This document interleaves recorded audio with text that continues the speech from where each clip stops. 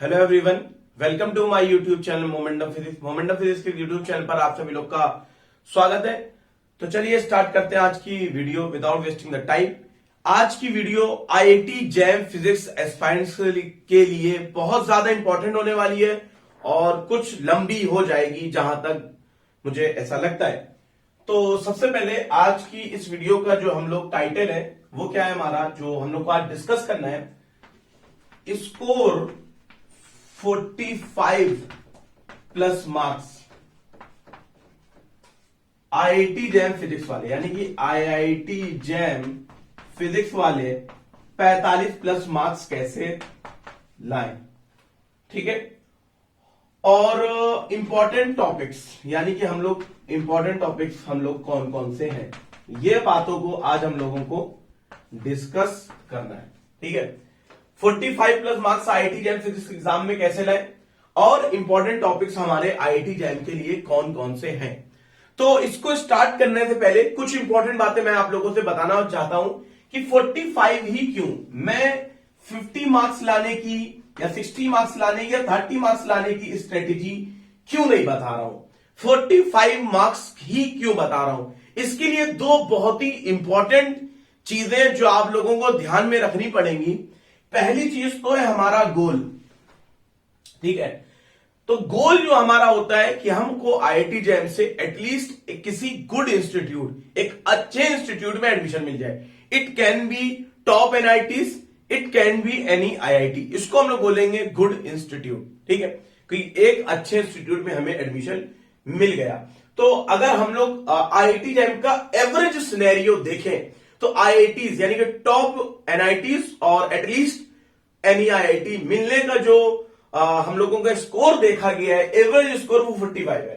अच्छा, ये वेरी भी करता है, ये किसी साल 55 चले जाता है, किसी साल के 2019 में जैसे 55 चला गया, तो 2017 में 2017 में ये चीज 25-26 चली गई। तो इतना मतलब डबल का फर्क। 219 में ये चीज 54 थी और 217 में 2 साल पहले ये चीज 27 मार्क्स पर थी, और बाकी सारे साल यार 2016 में ये चीज 40 मार्क्स थी, 2018, 2020 और 2021 में ये चीज हमारी 45 मार्क्स थी। तो जब मॉडरेट पेपर हमारा बनता है, तो जब हमारा मॉडरेट पेपर बनेगा तो ये चीज 45 रहेगी। और कोई एक्सेप्शन है, मान लीजिए पेपर हल्का हो गया यानी कि इजी आया, तो ऑटोमेटिकली जो भी स्ट्रेटेजी मैं 45 मार्क्स के लिए बता रहा हूं वो ऑटोमेटिकली शिफ्ट हो जाएगी 55 के लिए, या आप यही चीजें करके आप 55 इजीली स्कोर कर लोगे।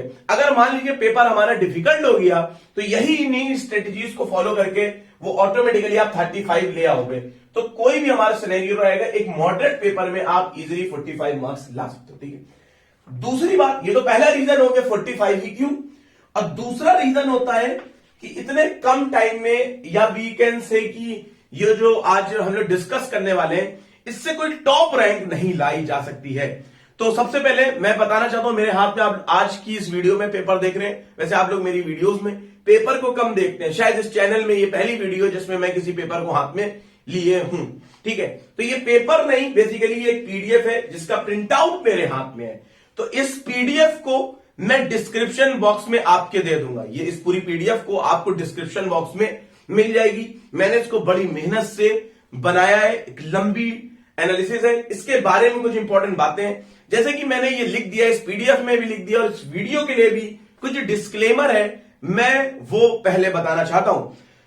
देखिए, ये वीडियो या ये पीडीएफ दोनों की बात एक ही, यानी कि इस वीडियो को, इस पीडीएफ को मैं एक्सप्लेन कर रहा हूं आज की वीडियो में। ठीक है, तो ये पीडीएफ भी अगर कोई देखेगा उसका काम हो जाएगा, लेकिन आज की वीडियो से समझ में आ जाएगा कि मैं कहना क्या चाहता हूं इस पीडीएफ में। और ये वीडियो इस पीडीएफ से ज्यादा इंपॉर्टेंट है, पीडीएफ फ्री में आपको डिस्क्रिप्शन बॉक्स में अवेलेबल हो जाएगी। मैं ड्राइव का लिंक दे दूंगा, आप वहां से डाउनलोड कर सकते हो। ठीक है, तो ये वीडियो किसके लिए इंपॉर्टेंट है, जिन्होंने बहुत लेट स्टार्ट किया, जिन एस्पायरेंट्स ने बहुत लेट स्टार्ट किया, या जो बच्चे आईआईटी जैम में बहुत ज्यादा प्रिपरेशन में टाइम नहीं देना चाह रहे। It can be there personal reason, और या उनके पास टाइम की कमी है, वो अपने बीएससी का जो उनका करिकुलम है, जो एग्जाम्स हैं, जो कॉलेज का सिनेरियो है, उसकी वजह से वो आईआईटी जैम में बहुत ज्यादा टाइम नहीं दे सकते। और जिनको एक अच्छा इंस्टीट्यूट चाहिए। कुछ बच्चे ऐसे होते हैं जिनको जो ये कहते हैं नहीं मुझे चाहिए तो आईआईटी बॉम्बे चाहिए या आईआईटी कानपुर चाहिए या आईआईसी बेंगलोर चाहिए, तो उनके लिए ये वीडियो नहीं है। वो कृपा करके इस वीडियो को ना देखें, यहीं से वापस चले जाएं और वो अपनी पढ़ाई में लग जाएं। उन बच्चों के लिए नहीं है, ठीक है। ये उन बच्चों के लिए है जो कम टाइम में मैक्सिमम आउटपुट निकालना चाहते हैं, उनके लिए ये वीडियो है।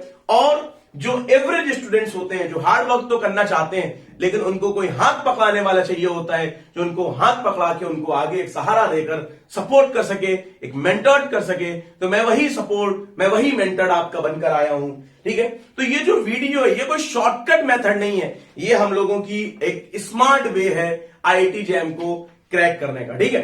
तो ये पहली पेज में आपको ये सब सारी डिटेल्स दी रहेगी और मेरे कॉन्टेक्ट की डिटेल्स भी इसमें दी हुई हैं, आप मुझको कॉन्टेक्ट कर सकते हो, ठीक है।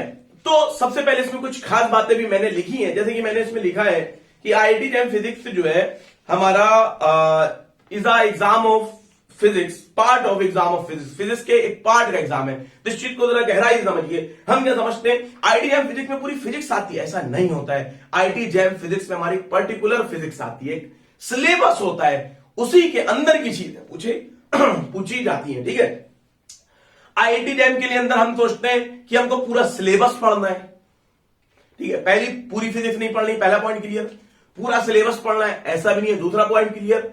पूरा पेपर क्वेश्चन पेपर करना है, यानी 100 में 100 मार्क्स लाने, ऐसा भी कहीं कुछ नहीं है, ठीक है। 100 मार्क्स हम लोगों को नहीं लाने। तो जब टारगेट हमारा 100 आउट ऑफ 100 नहीं है, कम है, तो हम उसी हिसाब से अगर हम प्रिपरेशन करेंगे तो डेफिनेटली हम लोग बहुत अच्छा करने वाले हैं, ठीक है। तो स्मार्ट स्टडी का मतलब क्या होता है? स्मार्ट स्टडी का मतलब होता है कि हम कम टाइम में ज्यादा आउटपुट लें, ज्यादा वर्क कर लें, कम टाइम में ज्यादा न्यूमेरिकल्स कर लें, कम टाइम में ज्यादा चीजें सीख लें। ये सारी चीजें हमारी क्या आती है? स्मार्ट वर्क की कैटेगरी के अंदर आती हैं।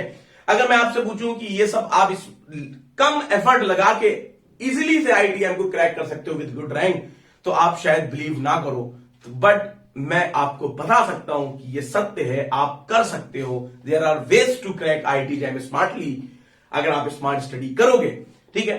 अब ये मैं कैसे बता रहा हूं, आप कैसे इस पर यकीन करो? तो जो मैं ये बता रहा हूं मेरा खुद का अपना एक्सपीरियंस है। 2015, 2016, 2017 ये 3 बार आईआईटी जैम क्वालिफाई करने के बाद, 2018, 2019 को गाइड करने के बाद, और 2020, 2021 और 2022 वाले बच्चों को पढ़ाने के बाद, और ना जाने कितने आईआईटीएंस प्रोड्यूस करने के बाद, सिलेक्शंस देने के बाद, तब एक डीप एनालिसिस, यानी कि आप ये कह सकते हो ऑब्जेक्टिव पेपर की आईआईटी जैम की पूरी फुल एनालिसिस, यानी कि ऑब्जेक्टिव पेपर 2015 से बनने लगा। तो जो हमारा नया पैटर्न है 2015, 16, 17, 18, 19, 20, 21, 22वां आने वाला है। 8 साल का मुझे आईआईटी जैम का एक्सपीरियंस है। आईआईटी जैम का 3 बार मेरा खुद का निकाला हुआ है, बाकी मैं मेंटर्ड कर रहा हूं और अब तो पढ़ा भी रहा हूं आईआईटी जैम फिजिक्स पेरेंट्स को, ठीक है।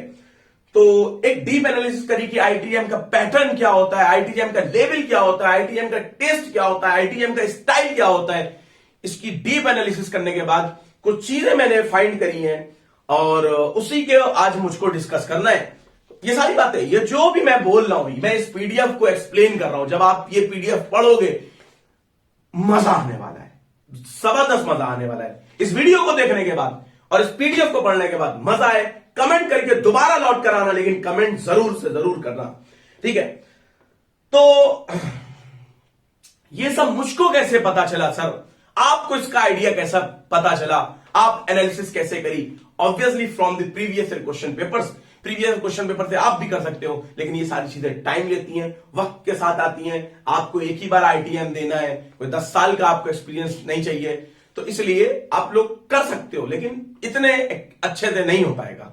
तो मैं आपकी हेल्प कर सकता हूं, आप करो और उसी हिसाब से प्रिपेयर करो और आईआईटी जैम को अच्छे से क्रैक करो। डेफिनेटली इस वीडियो को देखने के बाद आईआईटी जैम फिजिक्स के कंपटीशन में हीट पैदा होने वाली है, ये मेरी आप गारंटी आप लेके लीजिए। इस वीडियो को अगर आईआईटी जैम फिजिक्स साइंस के बच्चे देखेंगे, डेफिनेटली हीट पैदा होने वाली है कंपटीशन में, बहुत जबरदस्त तरीके का। चलिए, इंपॉर्टेंट फैक्टर्स क्या है, कौन से टॉपिक्स रिपीट होते हैं, आईआईटी जैम के फेवरेट टॉपिक्स कौन से हैं, आईआईटी जैम में कौन से ऐसे टॉपिक्स हैं जो जेईई में नहीं आते हैं, आईआईटी जैम में कौन से ऐसे टॉपिक्स हैं जो जेईई में आते हैं, आईआईटी जैम में कौन से कंपलसरी एरिया है जहां से क्वेश्चन आते ही आते हैं, आईआईटी जैम में कौन से टॉपिक्स इजी है, क्या आईआईटी जैम में फॉर्मूला बेस्ड क्वेश्चंस आते हैं, ये इधर का यहां का पेज हो गया है। अब मैं आगे का बता रहा हूं, ठीक है।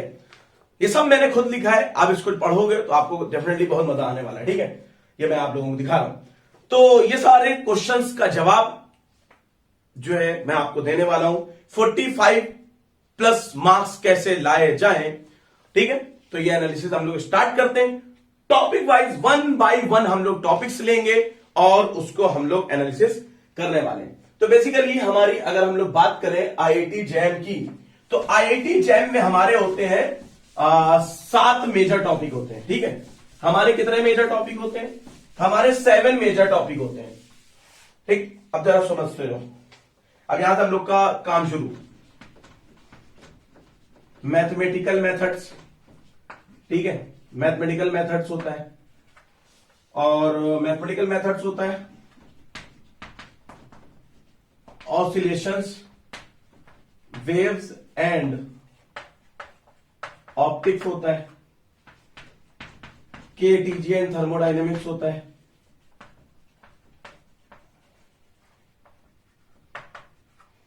ठीक है। Solid state physics and electronics होता है, solid state physics and electronics होता है, ठीक है। 7 टॉपिक्स होते हैं। और हमारा क्या होता है, मॉडर्न फिजिक्स होता है, मॉडर्न फिजिक्स होता है, और इलेक्ट्रिसिटी एंड मैग्नेटिज्म होता है,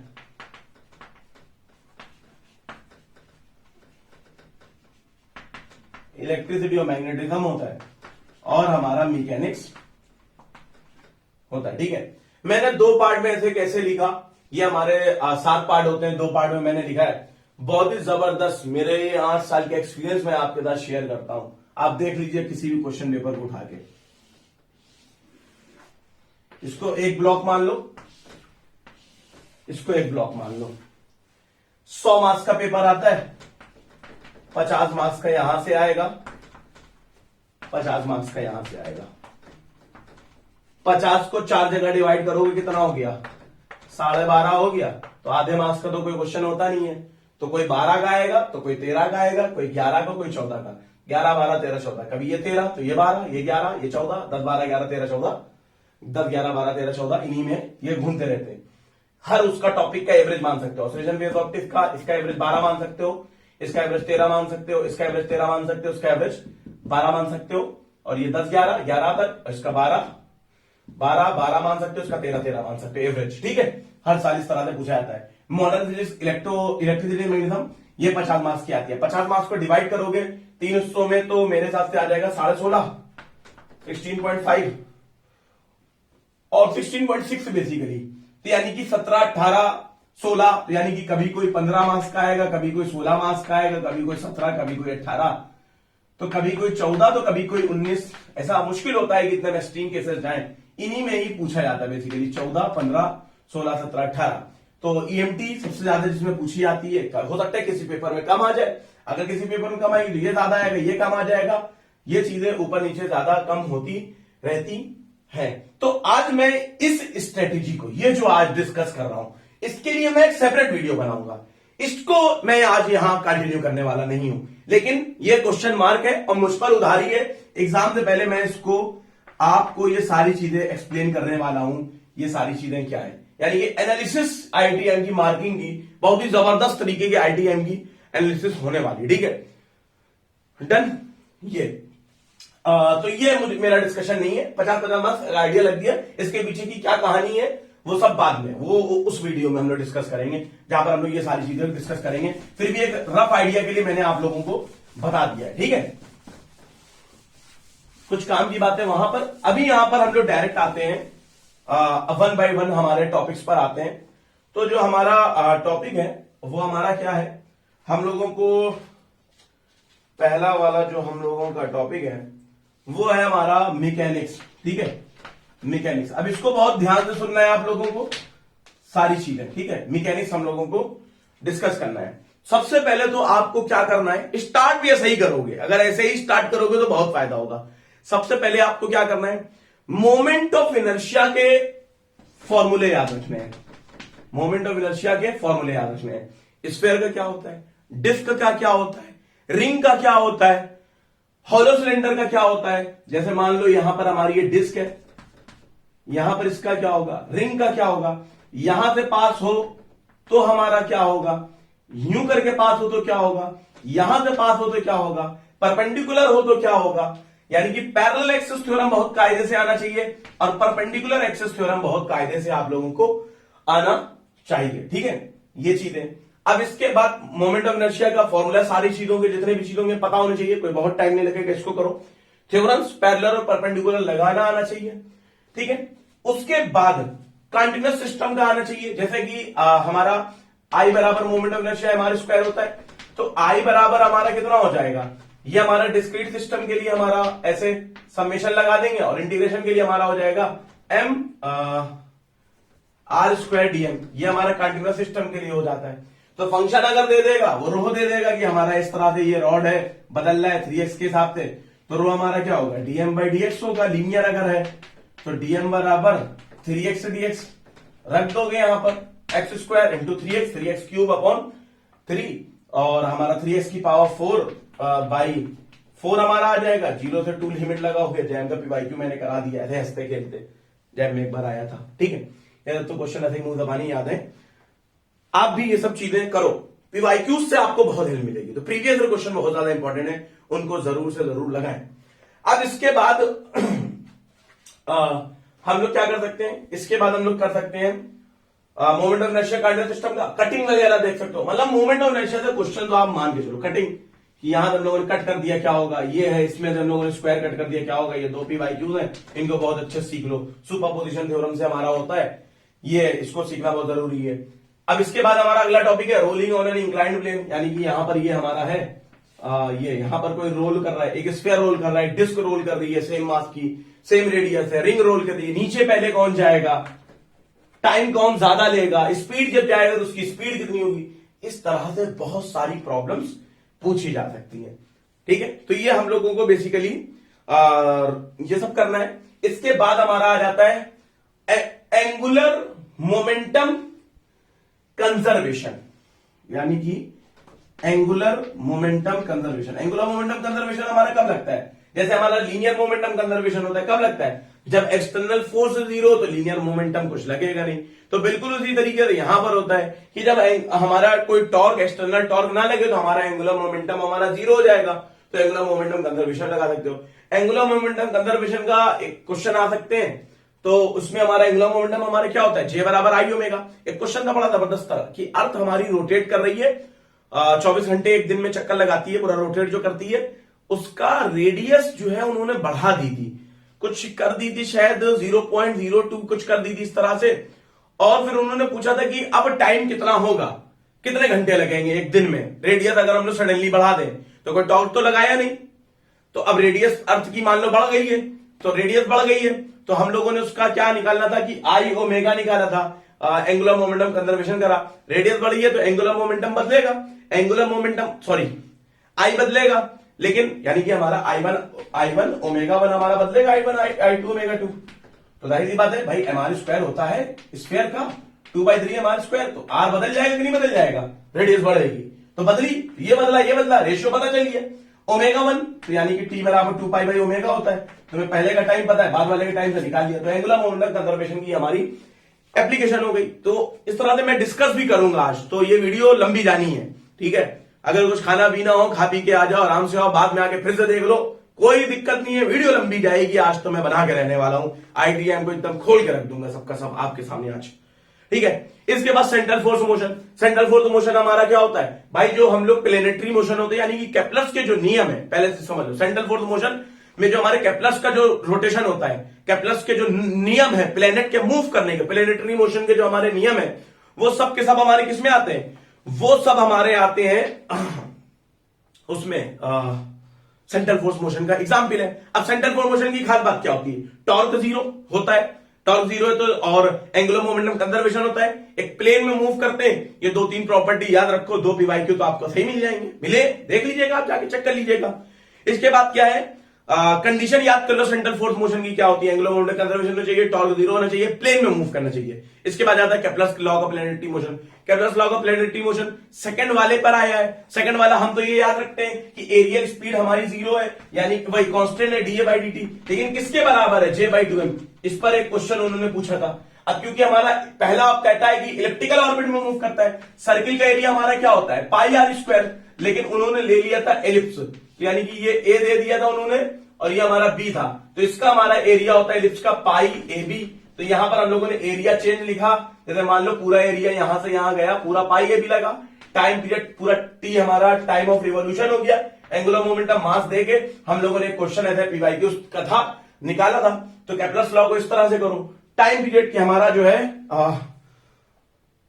टी, जो हमारा तीसरा वाला नियम है, T square proportional to r³, ये अगर हमारी एलिप्टिकल पाथ है तो जो सेमी मेजर है, आधी वाली जो बड़ी वाली की जो आधी होती है, तो T square proportional to a³ उसके प्रोपोर्शनल होता है। ये करना है हम लोगों को, इस तरह से इसको लगाओ, ठीक है, ये सारी चीजें हो जाएंगी। तो इसको करो, ये कर सकते हो। मुझको जरा सोचने दो। एक क्वेश्चन था कि अगर एक प्लेनेट है जिसका चक्कर वो 1 साल में लगाता है, दूसरा प्लेनेट 4 साल में लगाता है, तीसरा प्लेनेट 9 साल में लगाता है, कितने साल बाद वो एक सीधी रेखा में आ जाएंगे अगर अभी स्टार्ट करें? तो उन तीनों के टाइम पीरियड का आपको एलसीएम लेना है। इस तरीके से अगर आप सिंपल सी मैथ लगा के करोगे तो हो जाएगा। खैर, रेडियस कुछ दी हुई थी तो उससे टाइम पीरियड आ जाएगा, टाइम पीरियड का उस हिसाब से निकाल लोगे। मैंने टाइम पीरियड का सिंपली पूछ लिया। खैर, ज्यादा टाइम वेस्ट नहीं करना, बहुत है, अभी तो मैकेनिक्स भी आधा नहीं हुआ है। इसके बाद आ जाता है कि हमारी सर्कुलर जो ऑर्बिट्स है उसमें जब रिवॉल्व करता है किस तरह से करता है, जैसे कि हमारी एनर्जी लेस देन 1 है, ग्रेटर देन 1 है, 0 है, 1 है, क्या है, और इसेंट्रिसिटी हमारी क्या होगी? पैराबोला, हाइपरबोला, एलिप्स और सर्किल, इन चारों के लिए ये याद रखना है। फंस जाए कुछ ना कुछ, एमएसक्यू कहीं ना कहीं मिल जाएगा आपको, टकरा जाएगा, ठीक है। स्मॉल ऑब्जर्वेशन बहुत ज्यादा इंपॉर्टेंट यार, पूरी फिजिक्स में इकलौता ऐसा कॉन्सेप्ट है, याद रखना, इसके अलावा कोई दूसरा कॉन्सेप्ट नहीं ना, जो हर एग्जाम में पूछा जाए, हर लेवल को पूछा जाता है। आईआईटी जेईई में भी पूछा जाता है, नीट में भी पूछा जाता है, जैम में भी पूछा जाता है, जस्ट में भी आता है, टीएफआर में भी आता है, गेट में भी आता है, नेट में भी आता है। वो सिर्फ एक क्वेश्चन है जिसका नाम है स्मॉल ऑसिलेशन। उसमें क्या करना होता है? एक फंक्शन हमारा दिया होता है vx बराबर x² माइनस s⁴, और मेरे चैनल पर भी एक उसकी वीडियो पड़ी हुई है स्मॉल ऑसिलेशन से रिलेटेड। तो उसको क्या करना रहता है? उससे एंगुलर फ्रीक्वेंसी निकालनी पड़ती है। जो एंगुलर फ्रीक्वेंसी होती है इसका डबल डेरिवेटिव होता है d²y/dx² अपॉन m, ये हमारा इसका डबल डेरिवेटिव हमारा एंगुलर फ्रीक्वेंसी होता है। अब एंगुलर फ्रीक्वेंसी पता है, फ्रीक्वेंसी पूछ सकता है, फॉर्मूला तो इसका निकाल लोगे तो पोटेंशियल पे, टाइम पीरियड पूछ सकता है, ये सारी चीजें पूछ सकता है तो तुम आराम से निकाल लोगे, कोई इतना बड़ा काम नहीं। लेकिन ये पढ़ना बहुत जरूरी है, स्मॉल ऑसिलेशन, इसको छोड़ नहीं सकते। अब इसके बाद सेंट्रीफ्यूगल फोर्स, सेंटीपिटल फोर्स और कॉरियोलिस फोर्स, तीनों के फॉर्मूले और तीनों की डायरेक्शन। आज सबसे पहले काम तो फटाफट इसको याद करना चालू कर दो, इस पर क्वेश्चन आपको मिल जाएगा। गेट में 2 बार पूछा जा चुका है, जैम में पूछा जा चुका है, 3 क्वेश्चन तो आपको मिल जाएंगे कि कॉरियोलिस फोर्स हमारा क्या होता है और हमारा सेंट्रीफ्यूगल फोर्स क्या होता है उससे रिलेटेड, और सेंटीपिटल, तीनों का फॉर्मूला, आपस में रिलेशन और डायरेक्शन। पीवाईक्यू से ही आप सीख जाओगे, वरना गूगल सर्च करके या मटेरियल वगैरह से, किताबों से देखकर सीख सकते हो, सीख लेना, ठीक है। बहरहाल, अब उसके बाद हमारा क्या है, ये हो गया। अब इसके बाद जो है, इसके बाद जो क्या करना है हमको आगे, जरा इसको समझिए। इसके बाद हमको आगे जो करना है वो ये है कि सेंटर ऑफ मास करो। सेंटर ऑफ मास चीजों का निकालना आना चाहिए, डिस्क्रीट सिस्टम का निकालना आना चाहिए।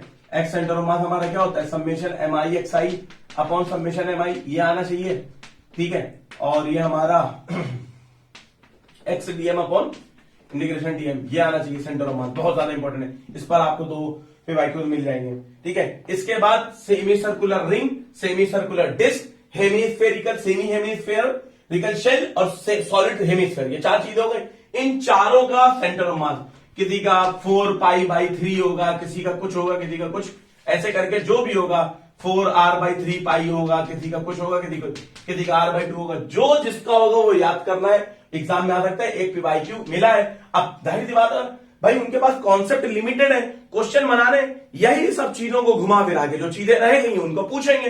अगर आप इन चीजों पे फोकस कर लोगे, न जाने कितने क्वेश्चन तो आपको एग्जाम में टकरा ही जाने वाले हैं, ठीक है। लीनियर मोमेंटम कंजर्वेशन, LMC, सीख लो, कोलिजन सीख लो कैसे करना है, इलास्टिक इलास्टिक कोलिजन, दो पीवाईक्यूज तो मिल ही जाएंगे, ठीक है। रेजिस्टिव फोर्सेस बहुत ज्यादा इंपॉर्टेंट है कि हमारी कोई चीज ऊपर से गिर रही है, मान लो हवा जो है उसको रोक रही है, हवा जो रोक रही है -kv² से रोक रही है, कुछ नहीं करना है, सिंपल सा हमारा F बराबर में जो भी हमारी ma बराबर हमको लगाना है, तो ma बराबर हमको लगाना है mg -kv², बस। अब यहां से हम लोगों को जैसे m dv/dt, अब जो कहे ये हमारी बन गई डिफरेंशियल इक्वेशन, अब जो कहे सॉल्व करो इसको, निकालो वेलोसिटी के एक्सीलरेशन का इतने टाइम में कहां पर क्या होगा, कितना टाइम लगेगा, जैसा कहे करो, 3 पीवाईक्यू आपको मिल जाएंगे, नेट में इसका क्वेश्चन मिल जाएगा आपको, गेट में इसके क्वेश्चन मिल जाएंगे। बड़ा इंपॉर्टेंट टॉपिक है रेजिस्टिव फोर्सेस का, तो रेजिस्टिव फोर्सेस करो, यानी कि आपको पुली, फ्रिक्शन, फोर्स वो सब की फालतू की चीजें नहीं करनी है, वो हमारे आईटी जैम में नहीं आती है, ठीक है। जो आता है, जो काम का है, पीवाईक्यू उठा के देखो, यही सब आपको मिलेगा, अगर इनको कर लोगे तो आपका बहुत फायदा होने वाला है। हाँ, वेलोसिटी और एक्सेलरेशन डिफरेंट कोऑर्डिनेट्स में हमारे क्या होते हैं वो आप कर लो, अब बहुत इंपॉर्टेंट है क्योंकि अभी 2021 में आया है तो डायरेक्ट फॉर्मूला पूछा है, अब की वो फॉर्मूला नहीं पूछने वाला है, अब की वो फंक्शन देगा और कहेगा एक्सेलरेशन निकाल के बताओ, कोई स्फेरिकल फंक्शन देगा फिर वो कहेगा निकाल के बताओ, कोई सिलेंड्रिकल फंक्शन देगा फिर उसके बाद फील्ड देगा, उसके बाद कहेगा वेलोसिटी कितनी है इस पॉइंट पर, वो अब बहुत इंपॉर्टेंट होने वाला है, उसे अब आपको करना पड़ेगा, इंपॉर्टेंट टॉपिक है, रट्टा मार सकते हो तो मार लो। बर्नौली थ्योरम लगा लो, बर्नौली थ्योरम में क्या होता है यार कि अगर यहां पर हमारी कोई इस तरह से कोई चीज है तो यहां पर हमारा इसका ये अलग साइड है, इसका अलग साइड है, यहां पर हमारा सेम हाइट पर है, तो दोनों तरफ जो प्रेशर का हेड होता है ये वाला ρgh वाला 0 हो जाएगा, सेम होगा तो 0 हो जाएगा, ऊपर नीचे अगर ऐसे होगा तो हमारा अलग अलग निकल कर आ जाएगा H1 H2 इधर वाला, और वैसे भी डिफरेंस बेसिकली लेना पड़ता है, जो ρgh वाला होता है वो बेसिकली mgh की तरह होता है, कुछ फर्क थोड़ी नहीं है, तो 3 हमारे प्रेशर के हेड होते हैं, फिर तो वो आपको ऐड कर देने, प्रेशर हेड, काइनेटिक हेड और ये हमारा पोटेंशियल हेड, ये 3 हेड होते हैं, तो हमारा ये आपको ऐड करना, बर्नौली में कंजर्वेशन है बेसिकली, ये हमारा फ्लूइड मैकेनिक्स की एनर्जी कंजर्वेशन थ्योरम है बेसिकली बर्नौली थ्योरम, ठीक है। तो ये तो हमारा हो गया मैकेनिक्स का, मैं उम्मीद करता हूं आपको यहां तक सारी बातें क्लियर हुई, ये सब कुछ आपको यहां पर इस पीडीएफ में मेंशन्ड है, सब मिल जाएगा, कोई मसले की बात नहीं, कोई दिक्कत की बात नहीं है, ठीक है। अब अगला हमारा है मैथमेटिकल फिजिक्स, ठीक है।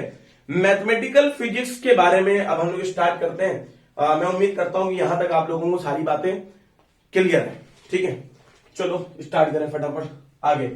मैकेनिक्स में कितना करना है, जिस सीक्वेंस में का इसी सीक्वेंस में पढ़ोगे तो फायदे में रहोगे, बाकी तो ऊपर नीचे भी कर सकते हो, कोई मसला नहीं है, लेकिन फिर भी इसी सीक्वेंस में करोगे तो बेनिफिट रहेगा, समझ लो, इसी सीक्वेंस में करोगे तो बेनिफिट रहेगा, कोई दिक्कत तो कुछ भी नहीं ना, किसी भी उसमें करो, इस सीक्वेंस में करोगे तो कम टाइम में ज्यादा चीजें कर ले जाओगे, ठीक है। खैर अब हम लोग जैसे बात करने वाले हैं मैथमेटिकल फिजिक्स की, हम लोग बात करने वाले हैं मैथमेटिकल फिजिक्स।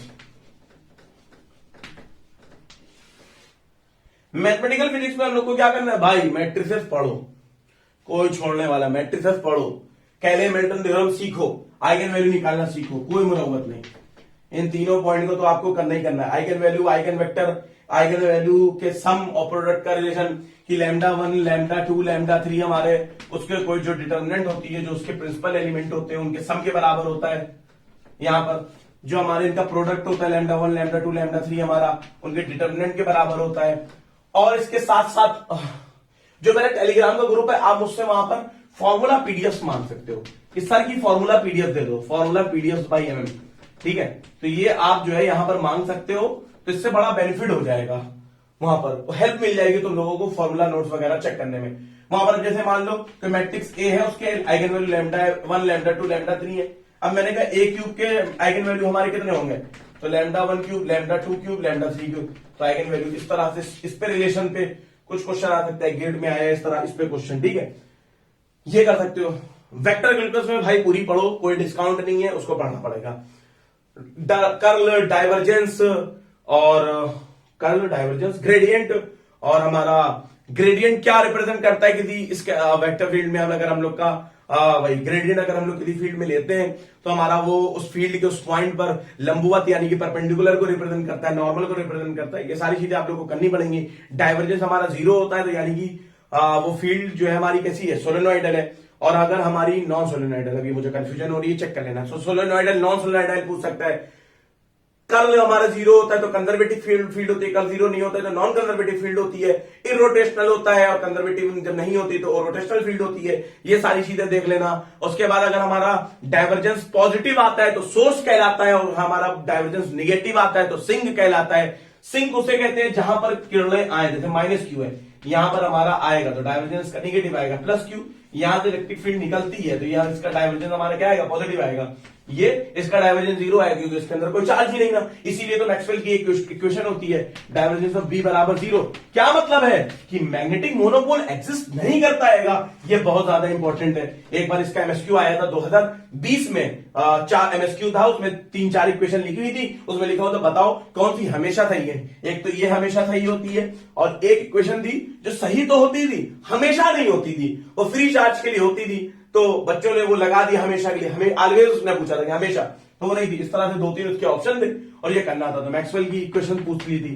ठीक है, ये हमारी जो मैक्सवेल की इक्वेशन है सेकंड वाली, इसका कोई नाम ही नहीं होता है। ये बेसिकली ये शो करती कि मोनोपोल हमारा एग्जिस्ट नहीं करता है। डाइवर्जेंस हमारा क्या रिप्रेजेंट करता है कि कितनी रेज हमारी निकल रही, फ्लक्स को रिप्रेजेंट करता है। तो ये वेक्टर कैलकुलस में आ जाओ, वहां मैग्नेटिज्म में ना घुसो। ठीक है, तो वेक्टर कैलकुलस में ये सारी चीजें पढ़नी है। डिफरेंशियल इक्वेशन पढ़ो, जैकोबियन बहुत इंपॉर्टेंट, डिफरेंशियल इक्वेशन पढ़ लेना अपने हिसाब से, जितना पढ़ पाए पढ़ लेना, नहीं पढ़ रहा है तो जान मत देना। ठीक है, हो जा रहा है ठीक है। कॉम्प्लेक्स अलजेब्रा 12th लेवल का पढ़ लो, बाकी टेंशन ना लो। एनालिसिस वगैरह हम लोगों में नहीं आता है एनालिसिस, कुछ लोग कहते हैं एनालिसिस पढ़ो, लेकिन आती नहीं ना। आ जाए तो भैया क्या करा जाए, टेंशन फेंक ले, नहीं सिंपल 12th लेवल की कॉम्प्लेक्स अलजेब्रा से काम हो जाएगा। अब बात करते हैं फोरियर और टेलर सीरीज। फोरियर और टेलर सीरीज यार होती तो इजी है, मतलब इजी क्या होती, बच्चे टफ समझते हैं, होता इजी है। मैंने मेरे मुझसे भी जो बच्चे पढ़ते हैं टफ समझते थे, मैंने उनको पढ़ाया, अब तो इजी उनको लगता है, लेकिन क्या करा जाए, कुछ सेशन इसका मैं लेने का कोशिश करूंगा कि यूट्यूब पे कुछ ना कुछ ले लिया जाए। अच्छा, कुछ खास बातें हैं इससे रिलेटेड। एक तो ये है कि ये हमारा मैथमेटिकल फिजिक्स में इस हिसाब से आपको करना है। ठीक है, मैंने सारी बातें बता दी। अब जरा सुनो, अगर आप जो है चाहते हो कुछ, मैं क्या करूंगा इस पीडीएफ में, वैसे मैंने दे रखा है पीडीएफ में तो बना दिया है, कुछ यूट्यूब की वीडियोस के लिंक है, यूट्यूब वीडियोस के लिंक्स हैं, आपको ये सब कवर करने में बहुत ज्यादा हेल्प मिलेंगे।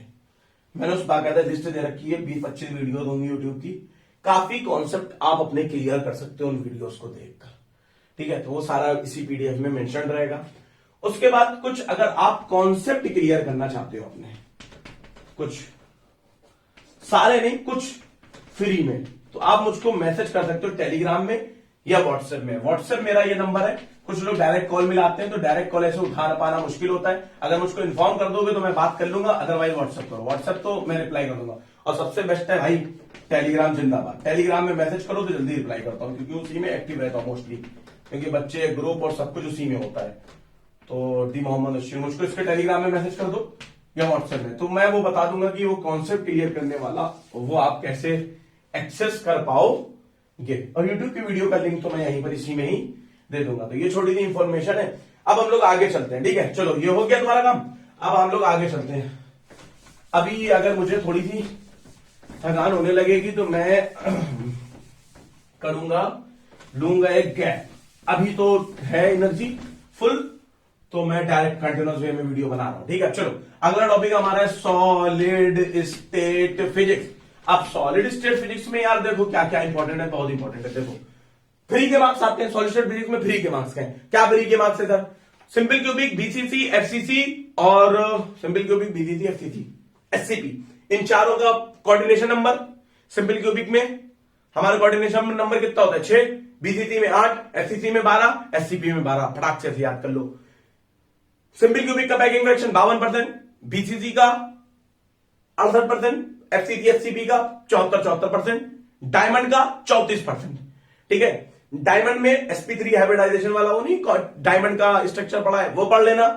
NaCl पढ़ लेना। NaCl के एक स्ट्रक्चर में 2 इंटरपेनेट्रेटिंग लैटिसेस होती है NaCl में, और 2 इंटरपेनेट्रेटिंग लैटिसेस होती है NaCl में, और NaCl में टोटल 8 आयंस होते हैं। NaCl में 4 मॉलिक्यूल होते हैं NaCl के, और हाफ से उठती है। डायमंड में 1/4 से दूसरी वाली लैटिस उठती है। तो डायमंड में क्योंकि एक एफसीसी है तो एफसीसी के 4 ऑटोमेटिकली होते ही होते हैं, तो अंदर से उठती तो 4 और आ जाते हैं उसके अंदर, ठीक है अंदर। ये हमारा होता है दूसरी वाली। तो इंटरपेनेट्रेटिंग जब कॉन्सेप्ट लैटिस सीखोगे तब ये सारी चीजें समझ में आएंगी, ठीक है। NaCl, diamond, cerium chloride, zinc sulphide, इन चीजों का भी स्ट्रक्चर देख लेना। सिंपल क्यों भी BCDS, CDS, CP यूट्यूब में बहुत सारी वीडियो मिल जाएंगी, ठीक है। मैंने भी पढ़ा रखा है, अपने चैनल पे भी पढ़ा रखा है, देख लेना। माइलर इंडाइसेस और इंटरप्लेनर स्पेसिंग बहुत ज्यादा इंपॉर्टेंट है। मिलर इंडाइसेस आते हैं 4-5 PYQs आए, तो मिलर इंडाइसेस आपको करना है, ठीक है, करना है, बहुत ज्यादा इंपॉर्टेंट है। इंटरप्लेनर स्पेसिंग D बराबर A/√H² plus Q² plus K² plus L²। Cubic है, अगर क्यूबिक ना हो तो रोम्बिक टाइप का हो तो हमारा क्या कर लेंगे, H²/A² plus K²/B² upon L²/C²। ये याद रखो, इसका यूज करके और ब्रैक्स नहीं, इसका यूज करके और ब्रैक की ये कंडीशन यूज करके 2D sin थीटा बराबर n लैम्डा, ये यूज करके भाई साहब बहुत क्वेश्चन मिलेंगे। 7-8 हर साल पूछते हैं, हमको लग रहा फिर ना पूछ रहे, पता नहीं कितना शौक है। अब तो बच्चों को रट तक के गया आएगा, फ्री का मार्क्स होता है, 1-2 मार्क्स तो पक्के आने ही आने, ठीक है। इसके बाद ये तो हमारा हो जाएगा, ठीक है। इसके बाद हमारा होता है कुछ इंपॉर्टेंट बातें, ये आप लोग कर लोगे। इसके बाद जो इंपॉर्टेंट बातें वो है हमारा extension rule and extension rule. किसके किसके लिए, सिंपल क्यूबिक, BCC, FCC और डायमंड क्यूबिक, इन चारों के लिए कौन सी HKL वैल्यूज हमारी पॉसिबल होती हैं, ऑड, इवन, ये इसको एक्सटेंशन रूल बोलते हैं, ये याद रखो। इससे फिर जो जो पॉसिबल होती हैं उससे HKL का एक हमारे प्लेन्स का, कौन कौन से प्लेन, 0 0 1 1 2 3 3 1 1 4 0 0, एक टेबल बनता है। तो कुछ हमारे पॉसिबल होते हैं, कुछ नहीं पॉसिबल होते हैं। मैंने अपने बच्चों को जो है उसको जादुई टेबल से नाम दे रखा है, जादुई टेबल। तो जादुई टेबल, तो मैजिक टेबल के नाम से आप उसको मेरे टेलीग्राम के ग्रुप में मांग सकते हो कि सर का मैजिक टेबल कहां है, भेज दो, तो जो है बच्चे तुमको फॉरवर्ड कर देंगे सर का मेरा मैजिक टेबल, ठीक है, वो देख लेना। उसके बाद रिफ्लेक्शन उसमें कौन से अलाउड होते हैं, कौन से अलाउड नहीं होते। देखो होता क्या है, वो इसको क्वेश्चन पूछेगा, वो लिख देगा FCC है और FCC का फर्स्ट ऑर्डर है। आप क्या करोगे, FCC है फर्स्ट ऑर्डर 1 1 1 या 1 0 0 लगा दोगे। अब जरूरी थोड़ी नहीं है कि ये हर चीज में ये हो, कभी कभी अलाउड नहीं होते हैं, कुछ हमारे कुछ अलाउड होते हैं। तो ये सारी चीजें आपको देखनी पड़ेंगी, उस मैजिक टेबल से ये सारी चीजें क्लियर होती हैं कि पहला वाला ऑर्डर कौन सा होगा। जब उस मैजिक टेबल को एक बार देख लोगे तो फिर दिक्कतें नहीं होंगी। अब देखो ये तो हमारा हो गया, ये तो फ्री के मार्क्स है, सॉलिड स्टेट फिजिक्स छोड़ना ही नहीं है, फ्री के मार्क्स बटोर रहे हैं, ठीक। ये सब इन चीजों को इस तरह से कंप्लीट करना है आपको, ठीक है। अब उसके बाद हमारा नंबर आता है इलेक्ट्रॉनिक्स का। अब इलेक्ट्रॉनिक्स दुनिया भर वालों के लिए बहुत टफ, इलेक्ट्रॉनिक झेलती नहीं है सर, इलेक्ट्रॉनिक सर्किट के सॉल्व नहीं होते हैं। अब कुछ काफी लोगों को टफ लगती है, जनरल लोगों को, मैं सबको नहीं कह रहा हूं, हो सकता है आपके लिए इजी हो। अब इलेक्ट्रॉनिक्स को पढ़ने के सबसे बढ़िया तरीका क्या है, एकदम गजब का तरीका, मैं पहले भी बता चुका, पिछले साल भी मैंने बताया था, इसी चैनल में एक वीडियो बनाई थी, इलेक्ट्रॉनिक्स में क्या क्या पढ़े, ढूंढो के पीछे जाकर तो मिल जाएगा पिछले साल। ऑपैम्प से स्टार्ट करो, पहला topic opamp, inverting, non inverting, differentiator, integrator, summing, unity, वो करो, सिंपल सा है, होगा, करो। इन्वर्टिंग, नॉन इन्वर्टिंग, सिंपल से फॉर्मूला वाले करो, फॉर्मूला वाले सिंपल वाले करने लगना, जिसमें 1 plus RF upon RI, V output और V इनपुट का रेशियो जो हमारा फैक्टर होता है, एम्प्लीफिकेशन फैक्टर, उसके लिए करो। और इन्वर्टिंग में हमारा क्या होता है, -RF अपॉन RI होता है। तो इसको जब करोगे तो ऑटोमेटिकली आपको कॉन्फिडेंस मिलेगा, बहुत सारे PYQs आपके होने लगेंगे। जब ऑपैम्प से पहले एक काम कर सकते हो, आप डिजिटल को पहले कर लो, डिजिटल इलेक्ट्रॉनिक्स। अब डिजिटल इलेक्ट्रॉनिक्स में क्या, Boolean, conversion, hexadecimal, decimal, octal, binary में कन्वर्जन सीख लो। उस वीडियोस जो मैं दूंगा उनमें बहुत सारी चीजें आपको कवर हो जाएंगी, ठीक है। और डिजिटल इलेक्ट्रॉनिक्स में कोई डिस्काउंट नहीं, पूरा पढ़ो, डिजिटल इलेक्ट्रॉनिक्स पूरी पढ़नी पड़ेगी। एंड, नॉट, और, गेट, जोर गेट और हमारे यूनिवर्सल गेट कौन से होते हैं, और नॉर बनाने के लिए जोर और एक्स नॉर बहुत इंपॉर्टेंट है। जोर और एक्स नॉर हमारी इसके लिए डिमॉर्गन थ्योरम, डिमॉर्गन थ्योरम हमारी जो होती है A प्लस B बार बराबर A बार B बार और A डॉट B बार बराबर A bar plus B bar, De Morgan theorem, ये बहुत इंपॉर्टेंट है, इसका बहुत ज्यादा यूज होता है। तो डिजिटल इलेक्ट्रॉनिक के तो बहुत क्वेश्चन मिलेंगे, मतलब डिजिटल इलेक्ट्रॉनिक के अगर आप क्वेश्चन गिनोगे तो ज्यादा होंगे, number of years of IIT RAM मतलब कम होंगे। यानी कि अगर मैं इकलौता ऐसा डिजिटल इलेक्ट्रॉनिक्स पार्ट है जिसके पीवाईक्यू शायद 12 हो, 8 साल में 12 पीवाईक्यू आपको मिल जाए, यानी कि ऑन एवरेज 1.5 क्वेश्चन पूछा जाता है। तो यानी कि हर साल एक तो आता ही आता है, एक दो तो आएंगे और फ्री का आता है, तो इसको तो करना है सबसे पहले। तो जब आप डिजिटल इलेक्ट्रॉनिक्स करोगे आपको कह रहे हैं यार मेरे इलेक्ट्रॉनिक के तो पीवाईक्यू सारे खत्म, बचा ही क्या। जब आधा पेपर हो जाएगा आपको यार डरने की कोई जरूरत नहीं है, इसका मतलब बाकी की जो इलेक्ट्रॉनिक है बहुत ज्यादा नहीं आती है। फिर आप उसके बाद ऑप-एम्प पढ़ोगे डिजिटल इलेक्ट्रॉनिक के बाद, फिर उसके बाद आप क्या करो, ट्रांजिस्टर कर सकते हो। ट्रांजिस्टर देखो करने के लिए सिंपल सा केवीएल अगर जिसने सीख लिया भाई साहब, समेशन वी बराबर समेशन आर आई आर, इसको जो लगाना सीख गया बस उसके लिए सब धुआं धुआं ट्रांजिस्टर। तो भाई अब वो मैं अभी इतनी हेल्प नहीं कर सकता, मैंने तो बच्चों को अपने सिखा रखा है, मैं अभी इतनी अपनी हेल्प नहीं कर सकता। अगर हो सकती है तो कवर जरूर कर लेना ट्रांजिस्टर, ठीक है।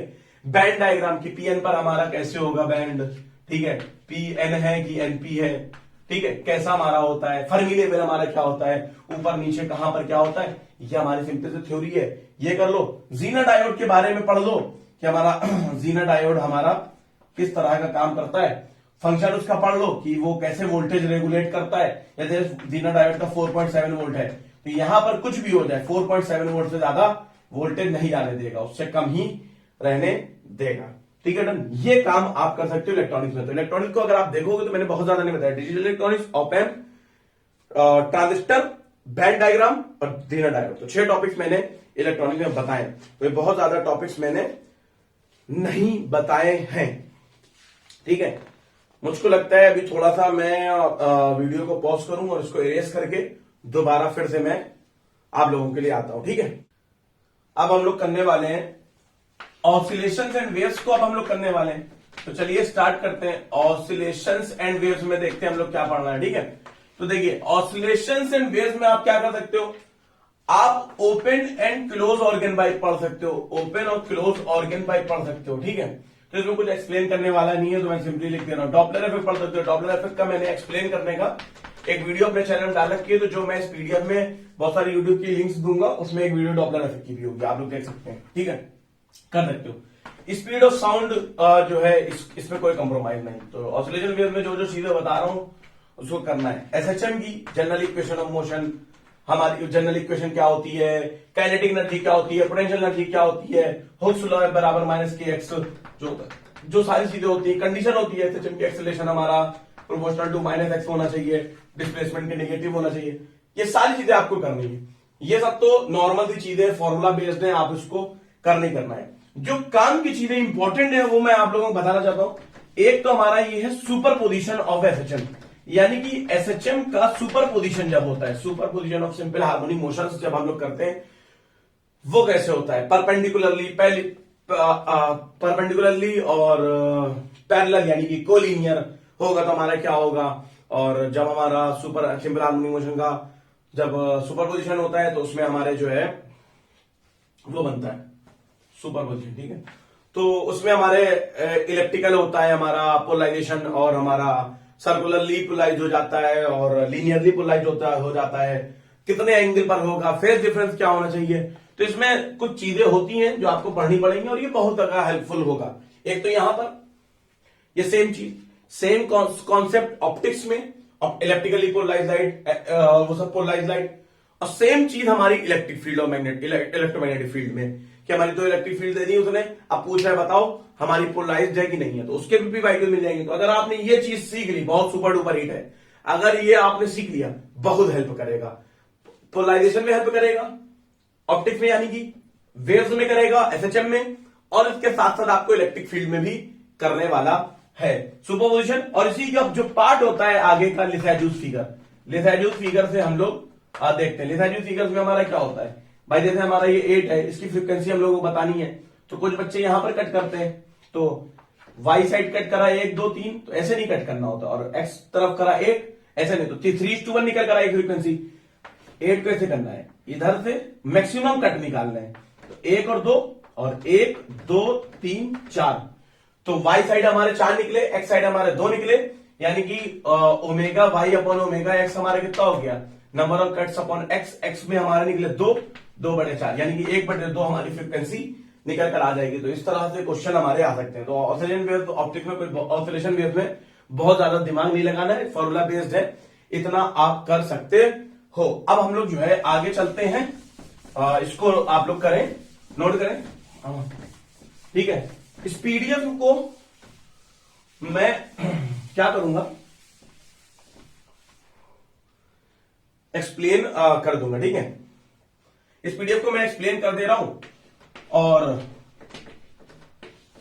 ऑप्टिक्स में हम लोगों को क्या करना है, वही सुपर पोजिशन ऑफ वेव्स आपको समझना है। तो वो वाला अलग है, जो वहां पर मैं बता रहा हूं वो थोड़ा सा अलग है।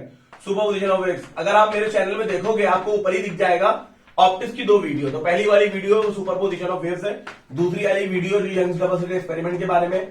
तो सुपर पोजिशन ऑफ वेव्स समझ लो, उससे इंटेंसिटी वगैरह का पूछ सकता है, मैक्सिमम इंटेंसिटी, मिनिमम इंटेंसिटी, ये वो, A1 A2। एक क्वेश्चन पूछा गया था फार 2020 में डबल स्लिट और ट्रिपल स्लिट। तो जो इसको करेगा तो वो ऑटोमेटिकली कर लेता। भाई डबल स्लिट के लिए आप लोग क्या लगाओगे, A1 प्लस A2 का होल स्क्वायर, और ट्रिपल स्लिट के लिए क्या लगाओगे, A1 plus A2 plus A3 plus whole square. अब तीनों एम्पलीट्यूड बराबर है, A1 A2 A3 बराबर रखा आपने, निकल कर आ गया। 4/9 ऑप्शन था, यही आप लोगों को करना था। तो यही हमारा एक क्वेश्चन था, शायद 2 मार्क्स का था, हमको लगता है 2020 में ये क्वेश्चन आया था। ठीक है, फ्रिंज विड्थ हमारी क्या होती है, बीटा बराबर डी लैम्डा अपॉन डी। ये आप लोगों को मालूम होना चाहिए। ये हमारी स्क्रीन से स्लिट की दूरी, वेवलेंथ ऑफ लाइट यूज, और स्लिट के बीच की, दोनों स्लिट के बीच की डिफरेंस होती है। ये हमारी शिफ्ट हो जाती है, यानी कि हमारी मान लो यहाँ पर स्लिट्स है, यहां पर हम लोग जा रही है, तो यहां पर ये हम लोग का जाता है। यहां पर हम लोगों ने कोई ग्लास की स्लैब लगा दी है, तो ग्लास की स्लैब में लाइट की स्पीड धीरे होगी, तो ग्लास का कुछ रिफ्रेक्टिव इंडेक्स होगा, तो वो ये बताता है कि हमारी किस हिसाब से धीरे हो रही है स्पीड, C/V को रिप्रेजेंट करता है। तो जो स्पीड धीरे होगी, तो उससे हम लोग क्या निकालते हैं कि हमारा कितना फ्रिंजेस हमारी शिफ्ट हो जाएंगी। तो हम लोग वो पूरा कैलकुलेट करके μ-1t इस तरीके से करके, इसका जो फॉर्मूला होता है शिफ्टिंग ऑफ फ्रिंजेस, उसको आप देख सकते हो, उस पर भी PYQ आपको मिल जाएगा। ग्रेड डिफ्रैक्शन में कुछ ज्यादा नहीं करना है आपको, सिर्फ डिफ्रैक्शन ग्रेटिंग करना है। E plus D sine theta बराबर n लैम्डा, ये ग्रेटिंग एलिमेंट होता है, इसको निकालते हैं। इसको ग्रेटिंग एलिमेंट आप लोग निकालेंगे। ठीक है, ग्रेटिंग एलिमेंट से आप लोग ये E प्लस डी की वैल्यू निकाल लेंगे, तो डिफ्रैक्शन ग्रेटिंग की आप कंडीशन कर सकते हैं। उसके बाद पोलराइजेशन बहुत ज्यादा इंपॉर्टेंट है। पोलराइजेशन तो मतलब सुपर डुपर हिट है। लॉ ऑफ मेलस में हमारा क्या, बेसिकली अनपोलाइज लाइट आ रही है, किसी पोलराइज से पास हुई तो I0/2 हो गई। तो पहली बार से आएगी, पास होगी तो I0/2 होना ही होना है। अब उसके बाद फिर पोलराइजर से बात हुई, तो पहला वाला जो अनपोलाइज को पोलाइज कर देता है, उसका नाम पोलराइजर रख दिया, कह देते हैं। दूसरा वाला भी पोलराइजर होता है, लेकिन हम लोग उसको एनालाइजर बोलते हैं। अब वो किसी एंगल पर रखा हुआ है, तो पहले वाले लाइट हमारी पोलाइज हो गए, पहले यूं निकल कर आ दिया अनपोलाइज, अब मान लो इस तरीके से जा रही है, और अब हमने जो पोलराइजर लगा दिया उसको बेंड कर दिया है, तो यूं जा रहा है और यूं थोड़ा सा बेंड है, तो एंगल बीच का थीटा है। तो यहां से जब पास होगा तो इंटेंसिटी को वो कम कर देता है। तो इंटेंसिटी को कम किस हिसाब से करता है, वो इस फॉर्मूले के हिसाब से करता है। ये हमारा क्या कहलाता है, लॉ ऑफ मेलस। हमारी जब लाइट किसी उस पे ग्लास सरफेस पे या किसी उस पे पास होती है, तो वो हमारा जो है रिफ्लेक्ट भी होती है, रिफ्रैक्ट भी होती है। और जब होती है कोई दिक्कत की बात नहीं है, लेकिन रिफ्लेक्ट हो, ब्रूस्टर ने ये बात बताई थी कि रिफ्रैक्ट, ये तो बताया था, मेलस नहीं बताया था रिफ्रैक्ट हो, लेकिन ब्रूस्टर ने बताया था कि जब रिफ्रैक्ट हो तो एक पर्टिकुलर एंगल ऑफ इंसिडेंस पर क्या होगा, पोलराइज हो जाएगी। तो वो पर्टिकुलर एंगल हम लोगों ने कहा कि पोलराइजिंग एंगल है, तो ये तभी होता है जब म्यू बराबर 10 IP होता है। तो IP हमारा पोलराइजिंग एंगल है, तो ब्रूस्टर से लॉ कर सकते हो। इसके बाद आप क्या कर सकते हो, हाफ वेव प्लेट और क्वार्टर वेव प्लेट हमारी क्या होती है, half wave plate quarter wave plate हमारी क्या होती है, उसको आप लोग निकाल सकते हो कि हमारी कितनी फ्रीक्वेंसी है, तो वही विड्थ है उसकी कितनी ले कि हमारा λ/4 का आ जाए। Mu ordinary difference, mu extra ordinary, ये हमारी क्वार्टर वेव के लिए, और बाई 2 कर देंगे तो ये हाफ वेव प्लेट के लिए थिकनेस आप निकाल दोगे रिटार्डेशन प्लेट की कितनी हमारी हो, कि वो हमारा इतना फेज डिफरेंस आ जाए दो वेव्स के बीच में। 1/4 वेवलेंथ का या हाफ वेवलेंथ का, हाफ वेवलेंथ का है तो हाफ वेव प्लेट, और क्वार्टर का है तो क्वार्टर वेव प्लेट, हम लोग इसको बोलते हैं। इसके बाद हमारा होता है पोलराइज और अनपोलराइज लाइट जब हाफ वेव प्लेट पर पास हो, यानी कि इलेक्ट्रिकली पास हो हाफ वेव प्लेट से, तो उधर क्या मिलेगा, क्वार्टरली वही सर्कुलरली पास हो तो क्या होगा, और वाली पास हो, अनपोलराइज हो तो क्या होगा, यही चीज क्वार्टर वेव प्लेट में। तो basically half wave plate quarter wave plate का एक टेबल बनेगा, 4 लाइन उसका, 1 2 3 4 भाई, सर्कुलरली, इलेक्ट्रिकली, और circularly, electrically, linearly, unpolarise, 4 line एक बार क्वार्टर वेव प्लेट से पास होंगी तो इतनी पास हुई, मिलेगा क्या, एक बार हाफ वेव प्लेट से पास होंगी, मिलेगा क्या, तो एक टेबल बन जाएगा आपका। तो उस टेबल को आपको याद रखना है। तो वैसे आप मेरी क्लास के किसी से बच्चे से नोट्स मांग सकते हो टेलीग्राम में कि सर ने जो लिखवाया था वो भेज दो, तो वो आपको भेज देगा, तो उससे कर सकते हो, ढूंढ सकते हो, पता कर सकते हो। लेकिन इसको कर लेना, क्वेश्चन इसको मिल जाएंगे, अच्छे क्वेश्चन इसमें मिल जाएंगे आपको, ठीक है। और बाकी जो हमारी रे ऑप्टिक्स है उसमें कुछ नहीं करना है। थिक और थिन लेंस वाला 1/f बराबर mu minus 1/r1 minus 1/r2, इस पर ध्यान देना है। और बाकी जो है आपको ज्यादा इस पर ध्यान नहीं देना है रे ऑप्टिक्स में। अगर कुछ ध्यान दे सकते हो, फॉर्मूला बेस्ड चीजें हैं, तो 12th लेवल की चीजों पर मैं ध्यान ऐसा करवा रहा हूं कि उनको फोकस करो, और बाकी जो BSc लेवल की चीजें हैं उन पर भी कर लो, ताकि 45+ मार्क्स आपके इजीली आ जाएंगे। भरोसा रखो, जितनी चीजें कह रहे हैं अगर आप कर लो तो बहुत अच्छे मार्क्स आप ला सकते हो, 50 मार्क्स तक ला सकते हो, उससे कोई बड़ी बात नहीं है।